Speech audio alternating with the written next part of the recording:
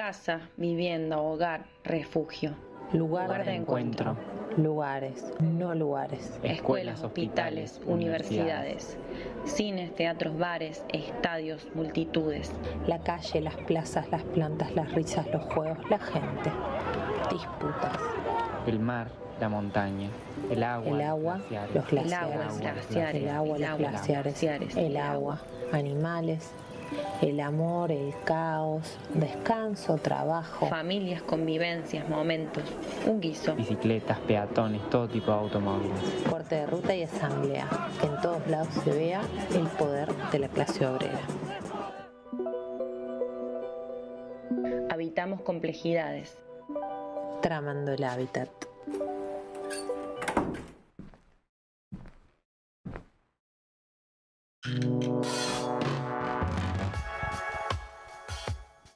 Bueno, volvemos, estamos de nuevo aquí, cambiamos de ubicación porque tenemos una invitada muy especial. Bienvenida Vicky. Hola, hola. ¿Cómo estamos? Bueno, le invitamos a Vicky para charlar del proyecto de ley de inviolabilidad de la propiedad privada. Es un tema que nos... Ahí estamos mejor. Es un tema que nos convoca, que nos afecta directamente y que nos interesa poder discutir, charlar, profundizar. El proyecto de ley de inviolabilidad de la propiedad privada se presentó el 27 de marzo de este año, para sorpresa de muchas, que nos enteramos de la noticia y dijimos, ¿qué es esto? ¿Qué significa? Así como todo lo que nos impacta de este gobierno que nos bombardea con distintos ataques a la clase trabajadora. Es un proyecto, fue impulsado por el gobierno nacional, particularmente por el ministro de Desregulación y Transformación del Estado, el señor Federico Sturzenegger. Qué muchacho. Conocido. Bueno, este es un proyecto que busca modificar una batería de normas, ¿no? De distintas normas que afectan a esto que llamamos propiedad privada, y que está bueno poder ir desentramando un poco. Ya se empezó a discutir, entiendo, en las distintas comisiones del Congreso y bueno, estamos acá con Vicky, la Cami la va a presentar y arrancamos así, empezamos a debatir y a discutir sobre este tema. Bueno, acá estamos con la Vicky, nuestra compañera. Ella es muchas cosas, la verdad. Desde muy chiquita, militante, feminista incansable. Ella es parte de la cooperativa Cribado, que también son compañeros. Y bueno, trabajadora de medios, estudiante de sociología. Así que nada, por acá. Tantas Y una cosas. amiga. A mí me dijeron, vamos a charlar nosotros, y yo he venido porque es lindo ver a los amigos haciendo cosas. Para los que sabemos que se preparan muchísimo, entonces. Sí. Nos preguntan acá en el chat cómo la estamos pasando. Yo la estoy pasando muy bien. ¿Cómo están ustedes? Bien. Contentas, Bien, tomándonos contentas. unos matecitos mientras conversamos y debatimos sobre temas que no son tan felices, pero que tenemos la esperanza de que con organización vamos a salir. Así sí. que bueno. Y con dimensión también. Para mí estaba bueno la invitación porque creo que este gobierno tiene la capacidad de que ante distintas cosas que salen no se termina de entender qué es lo nuevo y en qué están produciendo ideología. Y en este caso es un poco los dos. Es decir, bueno, estaba bueno intentar darle valores concretos a algunas cosas, porque no es que el problema de la propiedad es algo que viene a introducir este gobierno. Pero sí es una bandera que toma para en última instancia alentar un periodo, un proceso, un recorrido de blindar a quienes buscan una mayor concentración. Cuando charlamos, bueno, ¿en qué proporción esto cambiaría algo en concreto y cuánto apunta a producir ideología? En este caso eran un poco las dos. Si nosotros nos ponemos a pensar como en casi todo el derecho argentino y la normativa que regula la vida está basada en el derecho de propiedad privada. De hecho, si vemos en estas modificaciones, estaba el Código Penal, el Código Procesal, obligaciones, digo, un conjunto de normativas sobre las cuales se articula toda la vida. Entonces, era interesante poder decir, bueno, entonces, ¿qué vienen a intentar modificar concretamente con esta normativa, no? Sí, un poco el flamante ministro lo explica apenas arranca todo lo que sería la sesión de senadores, y tenemos un videíto que nos gustaría pasar donde él habla y dice concretamente, ¿por qué quieren hacer esto? Por ahí La justificación Sí, de este gobierno cuestionable, pero digo, también está en sus palabras y está bueno poder escucharlo de primera mano. Le vamos a ver la cara, lo vamos a escuchar. Esto es lo que dijo en la presentación. Y vamos a recordarte, Federico. Lo amenazaban. Ahí va.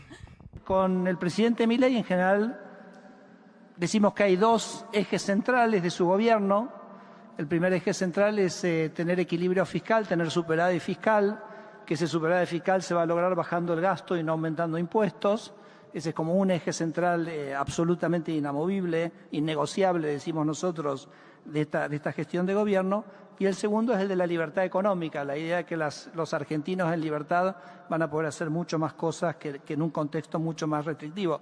De hecho, como creo que es de público conocimiento, en los 2 primeros años de Javier Milei, en los índices de libertad económica de la Heritage Foundation, Argentina es el país que más ha escalado posiciones en estos 2 años. Y por pero estos dos ejes en realidad alimentan un tema absolutamente central que es el de la propiedad privada. ¿Por qué? Porque si uno tiene una situación fiscal que es deficitaria, donde el fisco está de alguna manera siempre, digamos, al borde del precipicio, tarde o temprano eso va a derivar en una violación de los derechos de propiedad. Tarde o temprano o el gobierno va a tener que aumentar impuestos, o va a tener que confiscar, o va a tener que defaultear, o va a tener que no cumplir alguno de sus compromisos, y entonces una situación fiscal endeble es una situación propicia para la violación de los derechos de propiedad. Y la libertad económica también pensamos que tiene mucho que ver con el derecho de propiedad, y eso es lo que vamos a tratar particularmente en este proyecto, porque cuando uno lo regulan y lo restringen con regulaciones, básicamente le están restringiendo el uso de esa propiedad privada. Es decir, tanto el superávit fiscal, tanto el equilibrio fiscal como la libertad económica alimentan el concepto del respeto de la propiedad privada. La propiedad privada. El respeto a la propiedad privada, dice Federico. Lo primero, lo principal, lo primero, único. lo principal. Y esto es interesante también para pensar, bueno, ¿qué introducen entonces? ¿Qué es lo nuevo de esta modificación? Que es que el derecho quiere transformar en norma que el derecho de propiedad es el derecho absoluto, es decir, por encima de cualquier otro tipo de derecho, ¿no? Que sea absoluto significa que, por ejemplo, puede pesar sobre cualquier normativa ambiental, social, en relación al hábitat, que sabemos que con esfuerzo en este mundo, en distintas formas, son en realidad la traducción legal que tomaron procesos de lucha anteriores. Entonces, en ese sentido, estaba bueno poder pensar, ¿no? Como, bueno, efectivamente, el gobierno aquí introduce un embate contra sectores en concreto. Claro. Sí, es que no es solamente la protección directa. Ahí decía, bueno, para darle seguridad a los inversores, para darle seguridad a quienes quieren poner dinero en nuestro país y que no lo hacen porque no tienen la seguridad de la propiedad privada como máxima. Lo que no está mencionando es, bueno, a qué sectores viene a afectar en otro sentido, en sentido negativo, digo, porque cuando se pondera la cuestión de la propiedad privada y la necesidad de proteger a estos actores que hablábamos, que son los grandes inversores, que ni siquiera son nacionales, son capitales internacionales, deslocalizados probablemente, que van poniendo su patita en cada uno de los lugares que pueden. Lo que no está diciendo Federico es a quiénes afecta en términos materiales, a qué sectores más desfavorecidos viene a atacar este proyecto de ley que protege a esos otros sectores, porque digo, siempre son conflictos de intereses, como bien decía. Totalmente. Por eso que decís vos, Pau, hay algo interesante, porque el principal argumento del gobierno en esta normativa es que es una ley protectiva, es una ley de protección.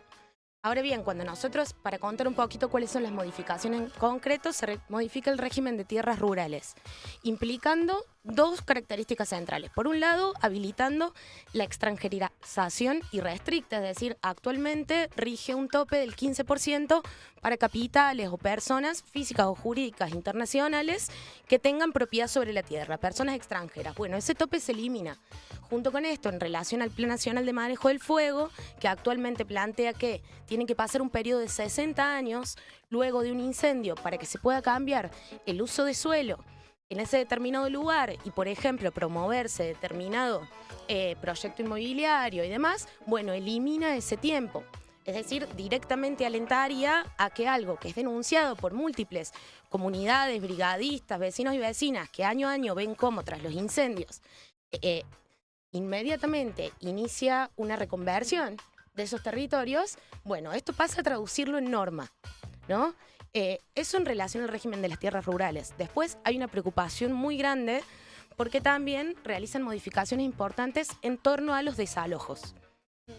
En torno a los desalojos, esto es interesante, entiendo que, bueno, luego nos van a compartir también, hay unos comentarios de compañeras de la mesa de barrios, pero hay que pensar que estos no son problemas que afectan solamente a una parte de la comunidad, sino a absolutamente todas las personas que vivimos en las ciudades, que vemos como, además de quienes viven en condiciones aún peores, en barrios que no tienen acceso a servicios, por ejemplo, vivimos en una sociedad que está profundamente inquilinizada. Digo, la perspectiva que ustedes hace un ratito decían de poder en algún momento comprarse una vivienda, ser propietarios y demás, es algo que cada vez se ve más alejado.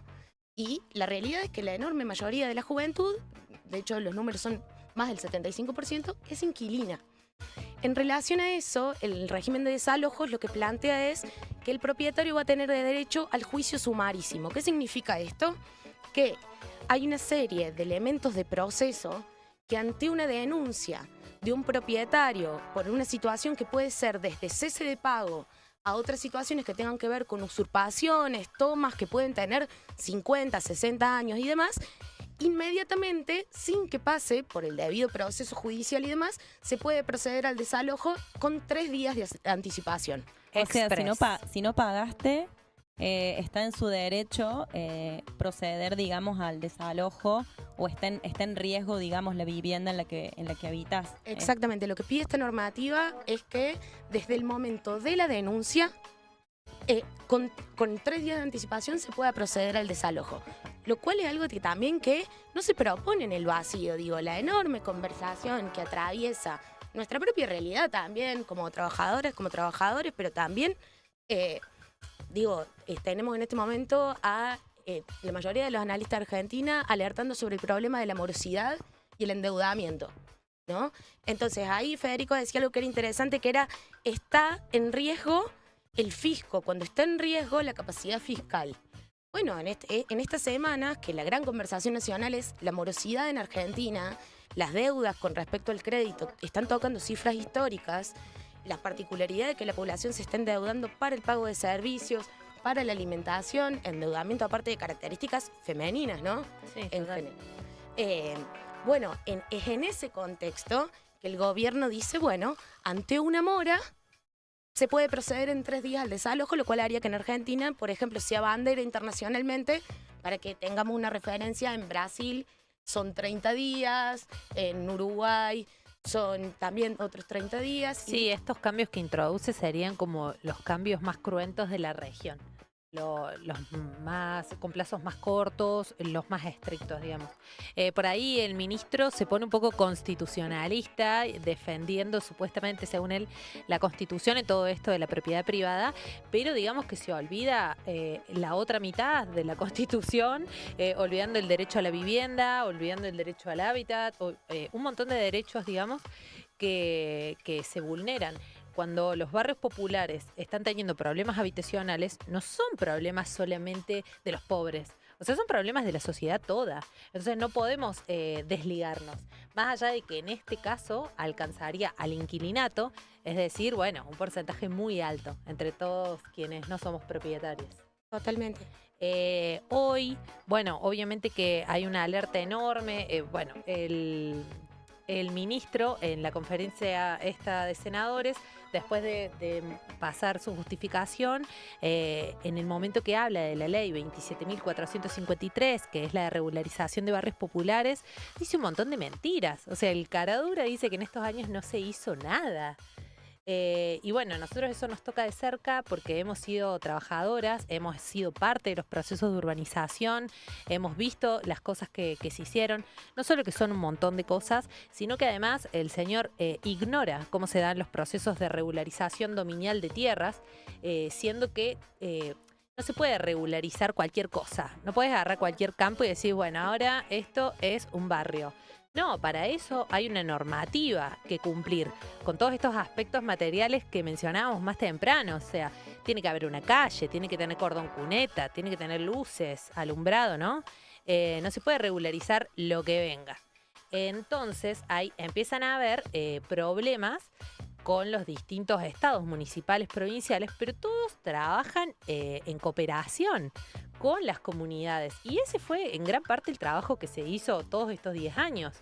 Todo un proceso de urbanización para finalmente regularizar la propiedad de la tierra, que es lo que a él le importa, que es el impuesto de la renta, ¿no? Es al final lo que le importa. Entonces dice, no se regularizó nada. Y es como, no, bueno, pero que no podés de un día para el otro regularizar tierras que no están urbanizadas, donde hasta el momento anterior el gobierno ignoraba que vivía un montón de gente. No figura en catastro, esta gente no existe. O sea, la gente está ahí, es parte de la sociedad, aporta todos los días con sus impuestos, con la compra diaria.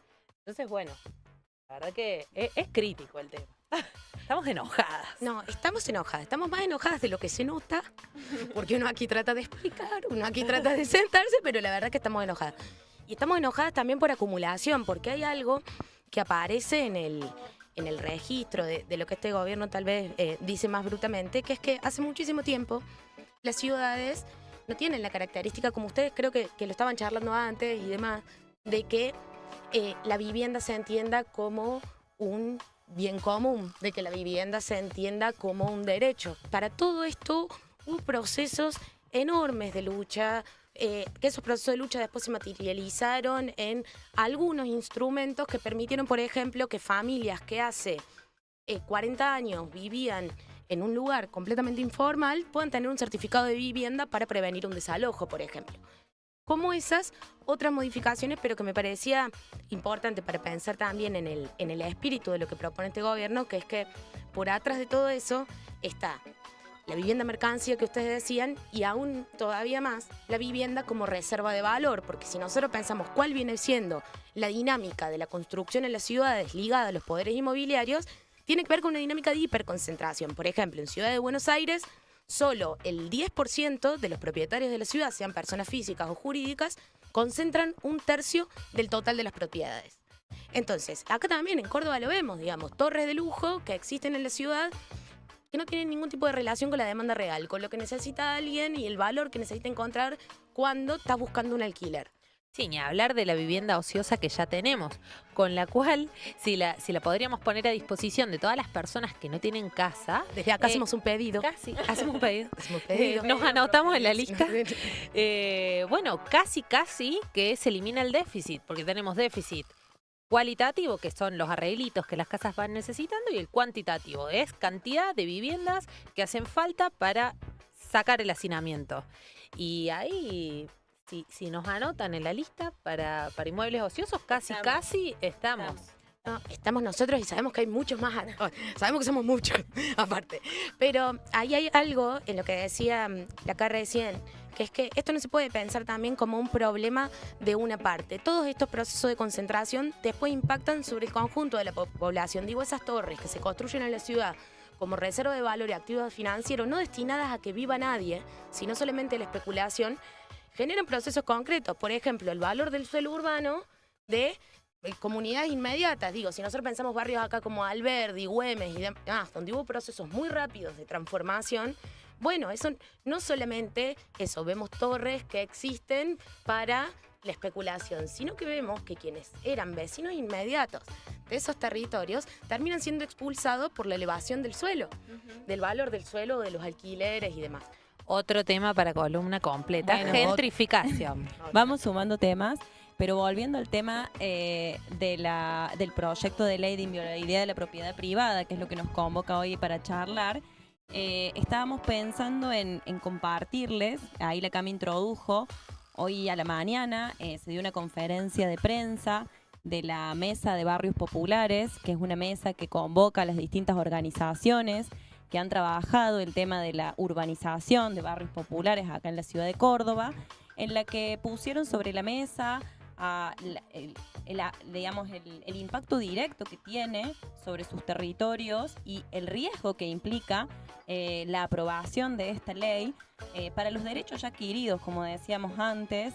Ahí tenemos el videíto de la compañera Débora, que explica un poco, ella es habitante de un barrio popular, compañera de organización social, que plantea, bueno, un poco el miedo y lo que significó para ella la construcción del barrio en el que ella habita, y el miedo que genera también la inminente o posible aprobación de esta ley. Así que bueno, vamos con ese videíto, así podemos seguir charlando un poco sobre los impactos directos que tiene o que podría tener la aprobación de esta ley en la realidad. Así que ahí vamos con el videíto de ella. Esta ley quieren quitar puntos claves, la suspensión de desalojos. Imagínate que vayan a desalojar a una vivienda. Sabemos que no te van a ir a aplaudir, a pedir permiso, che, ándate de acá. Sabemos que ahí vulneramos muchos derechos, porque no es solamente que te desalojan del hábitat de donde vos estás, porque digo, la integración sociourbana hizo eso, de que tu barrio no solamente sea por las periferias y tengas el agua nomás, tengas la luz, tengas las calles, sino también nos fuimos construyendo nuestras plazas, fuimos construyendo nuestras calles, fuimos construyendo de a poco lo que nosotros queríamos tener en el barrio.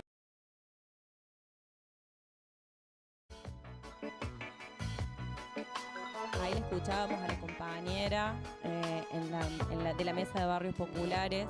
También tenemos un audio que nos gustaría compartirles, de la compañera Bea, de La Poderosa, que bueno, es un audio que expresa, eso se dio también hoy a la salida de la conferencia de prensa, y que expresa un poco en la misma línea que planteaba Débora, la complejidad de este tema, la preocupación que existe en los barrios.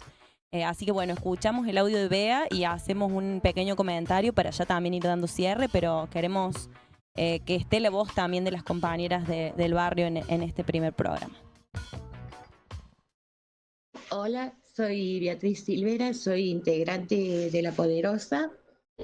Bueno, hoy estuvimos participando en el Arzobispado de Córdoba de una conferencia de prensa y de una asamblea por la nueva ley que el gobierno acaba de mandar al Congreso, que es la ley de inviolabilidad de la propiedad privada, que habilita a los desalojos. En Córdoba tenemos 318 barrios que están dentro del RENAVA. En este contexto, ¿no?, de tanta vulnerabilidad y tanta pobreza, realmente estamos muy tristes y estamos muy preocupados porque no sabemos qué va a pasar. Para nosotros, como organización, como La Poderosa, la urbanización es una bandera histórica. No hay posibilidad de que se garanticen los derechos de nuestros vecinos si no tenemos los servicios básicos, si nuestras calles son de tierra y cada vez que llueve nadamos en el barro, si vivimos hacinados con nuestra familia y si nuestros barrios no son reconocidos. El RENAVA a nosotros nos dio la posibilidad de existir como vecinos de barrios populares. Antes del relevamiento, nuestros barrios y casas no figuraban en ningún registro. Gracias a RENAVA tenemos un certificado de vivienda que dice que existimos, que dice que es nuestro derecho tener servicios básicos para mejorar nuestra calidad de vida. Particularmente en La Poderosa nosotros a través de la CISU podemos hacer muchas obras en barrios que realmente estaban olvidados. Una de esas obras fue acá en Barrio Yapeyú. Hicimos 60 instalaciones eléctricas. Mejoramos esas conexiones para que ninguna familia corra riesgo de incendio al prender una estufa o calentarse con braseros porque no tienen luz. Es algo tan básico que no se puede creer que hoy estemos peleando por lo mínimo. Porque la CISU fue realmente algo integrador. Porque las obras las hicimos con vecinos y vecinas del barrio.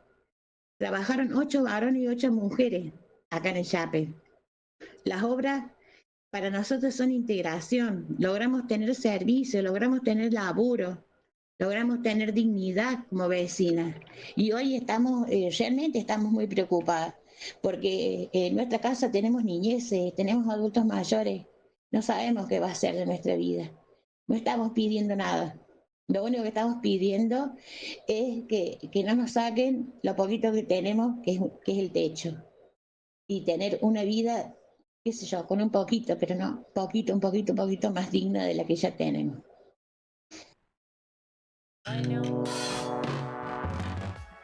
Bueno, ahí le escuchamos a la compañera Bea. La verdad, piel de gallina, o sea, escuchando cómo se sienten con esta situación, que es un total atropello. Nosotros en particular, bueno, la conocemos muy bien a ella, la poderosa, hemos trabajado en conjunto justamente en el Yape. Yo estuve en la obra con mis compañeros de cribado, hicimos esas instalaciones eléctricas de las que habla. Y bueno, realmente el trabajo fue muchísimo, con gente del mismo barrio, trabajo digno, con uniforme, con comida, que parece, pero que quizá no es menor, pero es muy importante, salarios que alcanzaban y bueno, toda una política que hoy está frenada, pero más allá de eso, lo importante, lo central que hizo... nosotros vamos a desarrollar un poquito más toda esta política en otra columna, pero el punto de mencionar el RENAVAP que existe en Argentina es el Registro Nacional de Barrios Populares, que se crea en el 2017 por unanimidad, o sea, eso se votó por todos los bloques, y ahora esta ley, si bien claro, no dan de baja la del RENAVAP, pero la dan de baja de manera encubierta, y es un atropello porque... Toda esa gente siempre estuvo ahí, son barrios que tienen más de 20 años de antigüedad y a partir de ese momento recién se los pudo registrar, se los relevó. O sea, imagínense que son poblaciones. En este momento en los barrios populares viven alrededor de 5 millones de personas. Son poblaciones que no aparecían en los censos, porque si vos no tenés una dirección, no te censan. Entonces, a partir de eso se empezó a hacer un registro, se trasladó a los catastros provinciales, aunque sea de manera provisoria, y como cuenta ahí Bea, les dio una dignidad, una identidad. Y bueno, a partir de ahí un montón de otras políticas. Pero la verdad que escucharlo ahora es terrible porque no es solamente el freno, sino es la destrucción de lo construido hasta el momento.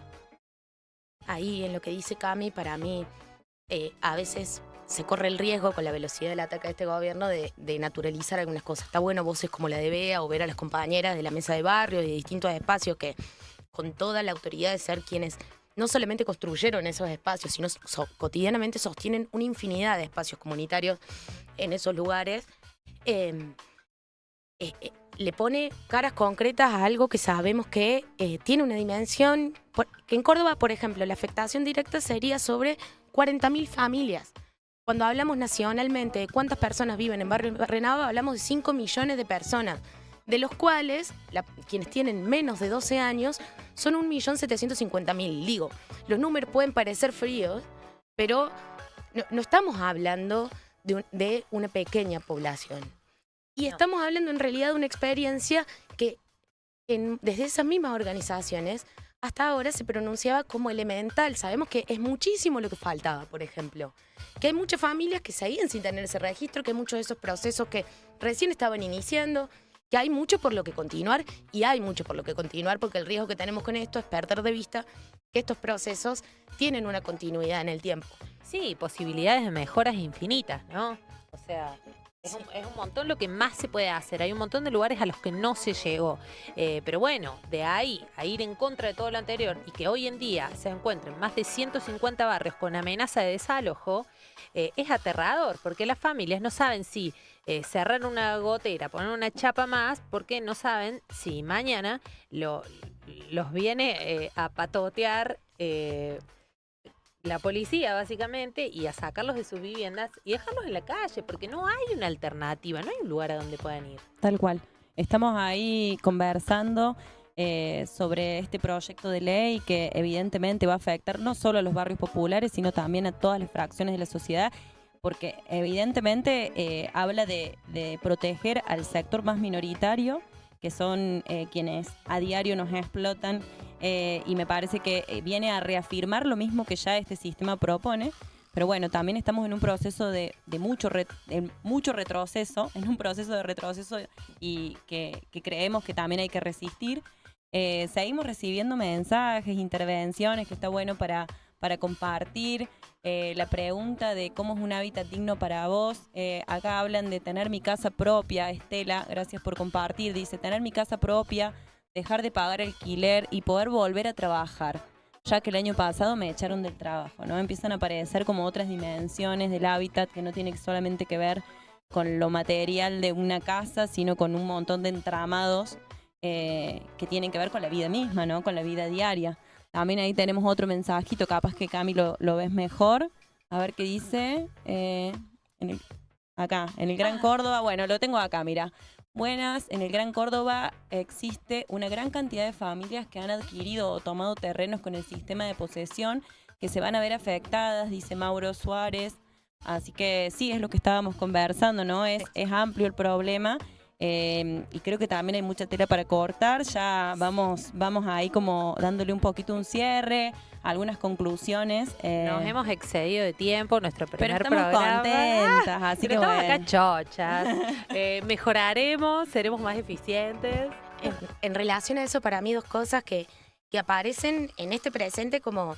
Yo pensaba recién cuando les escuchaba, viste esas frases que se dicen mucho, pero que uno dice, ay, ¿quién la dijo? Pero ese que dice, acuso a la propiedad privada de privarnos de todo, a mí me gusta, porque creo que sintetiza algo que es que, bueno, por ejemplo, este proyecto se basa en atacar el principio de utilidad pública de las cosas, que en última instancia es una herramienta normativa por la cual se plantea que hay determinados derechos sociales que tienen que ser protegidos y que por eso, por ejemplo, determinado predio, tierra o demás, está sujeto a expropiación. Con la modificación del régimen de expropiaciones, está bueno que toquen ese punto central, porque nos lleva a pensar, bueno, ¿cómo podríamos, si hoy nos toca este presente, y pensar estos problemas de una forma profunda en adelante, porque implica necesariamente transformaciones, e intentar darle una vuelta a esto? El principio de utilidad pública no estaba pensado para que esto se pueda tomar como la propiedad privada del gobierno, ¿no? Porque este gobierno de pronto salió a rematar un montón de tierra, incluso los espacios de memoria y demás. Aquí hay ideas que existen en torno a la naturaleza, lo ambiental y el hábitat, que son interesantes también recuperar de las comunidades, como la idea de bien común, que era lo que charlamos, cosas que no pueden estar sujetas a la mercantilización tradicional. Y junto con eso también pensar que, bueno, como muchos procesos, estos van a tener continuidad en otros momentos también en donde se dieron embates profundos sobre nuestra clase, sobre nuestros procesos de lucha. Hubo consecuencias, digo, luego de la dictadura, muchas de las leyes de la dictadura siguieron corriendo, luego de los 90 en relación al trabajo y demás, muchas leyes tuvieron continuidad. Entonces, ponerle nombre, apellido o entender estos procesos tienen que ver con tener en claro cuáles son estas transformaciones para así poder construir también en lo que viene, porque por lo menos, bueno, nosotros no nos vamos a ir y esas familias que quieren desalojar en 3 días, imaginamos que tampoco, digamos. No, totalmente. Y no queremos irnos del programa derrotadas. Queremos transmitir como un poco de esas ganas de dar la pelea. En este caso, rechazar con total fuerza esta ley, pero también a apoyar la Mesa de Barrios Populares, apoyar a compañeros, compañeras de las distintas organizaciones sociales que hoy en día, como decía Vicky, están sosteniendo un montón de espacios en los que el Estado se retiró y son compañeros y compañeras los que están ahí parando las ollas, sosteniendo espacios de infancia, buscando laburo para también toda la gente que se ha quedado desempleada. Entonces, bueno, apoye a su organización social más cercana y bueno, nada, como una invitación, si se quiere, a la acción dentro del lugar que cada uno pueda. Tal cual, ahí como para dejar ese mensaje también de lucha y organización, creemos que nada, es fundamental estar organizadas en el espacio en el que estemos. Si está cerca de un barrio, organizarse en un barrio, en un centro vecinal, en los gremios, en los sindicatos, en los espacios que tengamos cerca, desde el cooperativismo, quienes seamos parte de cooperativas. Creo que un poco el desafío de este momento es estar organizadas y creo que hay un punto que me parece interesante, que charlamos hoy, pero que podamos seguir profundizando, que es que nos animamos a discutir que la centralidad del problema es la propiedad privada y que no tiene que ver con leyes simplemente que vienen a reafirmar. Sigue es un problema sistémico, digo, estamos hablando de algo que no se resuelve y que se profundiza también sobre la base de un sistema injusto. Así que bueno, también animarnos a dar estas discusiones. Con ese tema y esa inquietud, Los dejamos. Los abandonamos. Nos despedimos. Así que piensen. Gracias Vicky, gracias Cami. Gracias a todos por estar. Nos vemos hasta la próxima. Esperamos no haber aburrido. Mañana es 1 de mayo. ¡Ay, feliz día! Bueno, Gloria, nuestra clase, todo el resto es un capítulo. Y acá vamos a estar, ¿no? Un abracito, chau. Adiós.